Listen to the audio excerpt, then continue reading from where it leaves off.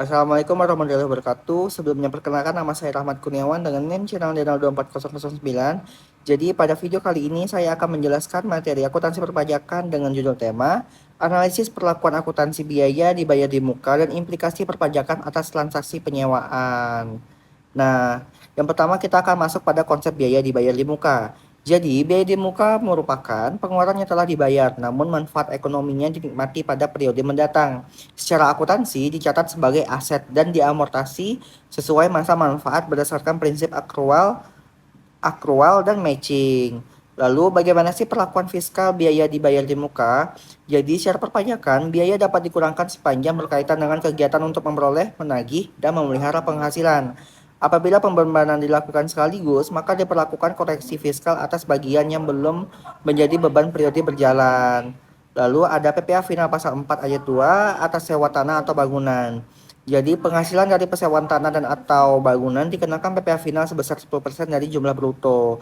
Lalu karena bersifat final, pajak yang dipotong tidak dapat dikreditkan dalam SPT tahunan. Nah, kira-kira bagaimana sih karakteristik dari PPh final ini? Jadi, dalam dasar pengenaan pajak, jumlah bruto nilai sewa tanpa dikurangi biaya. Pemotongan dilakukan oleh pihak penyewa apabila termasuk pemotong pajak sesuai ketentuan yang berlaku.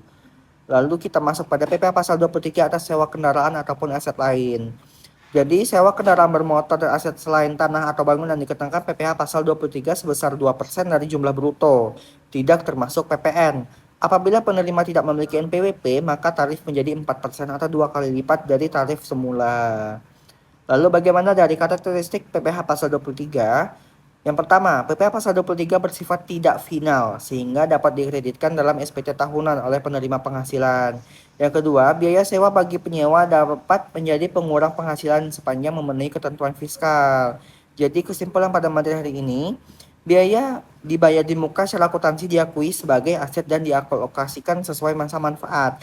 Sedangkan secara fiskal harus mencerminkan periode yang sebenarnya sewa tanah dan bangunan dikenakan PPh final 10%. Sedangkan sewa aset lainnya dikenakan PPh pasal 23 yang tidak final. Pemahaman perbedaan perlakuan ini penting untuk menjaga kepatuhan perpajakan. Nah, sekian dulu materi yang telah saya jelaskan hari ini. Saya harap materi yang telah saya sampaikan tadi bisa bermanfaat bagi teman-teman sekalian. Mungkin teman-teman masih bingung atau masih ada yang ingin ditanyakan terkait dengan materi ini, silahkan komen di kolom komentar. Terima kasih.